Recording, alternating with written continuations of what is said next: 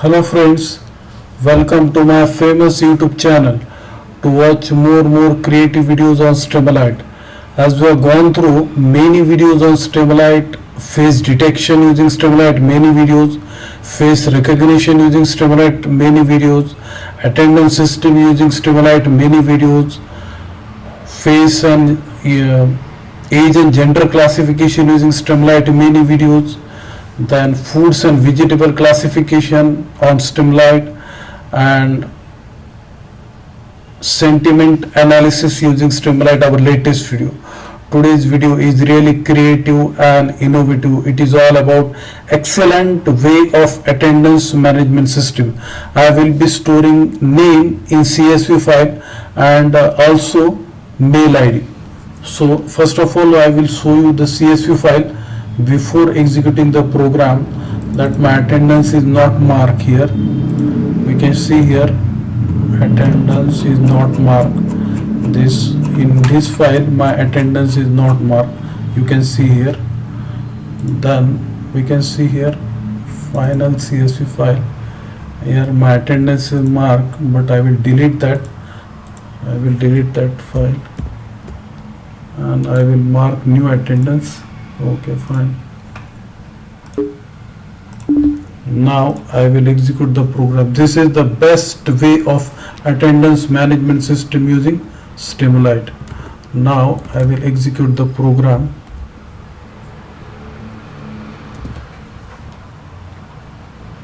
Yes, I will write here my mail ID.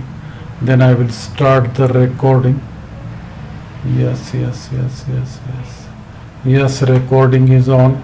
Here in the name is coming and my attendance is going on. It is recording. Unless and until I stop, my attendance will be marked. And right, it is recording. Now I will stop the recording. Now here my attendance is marked. So I will close the browser and I will go through the CSV file.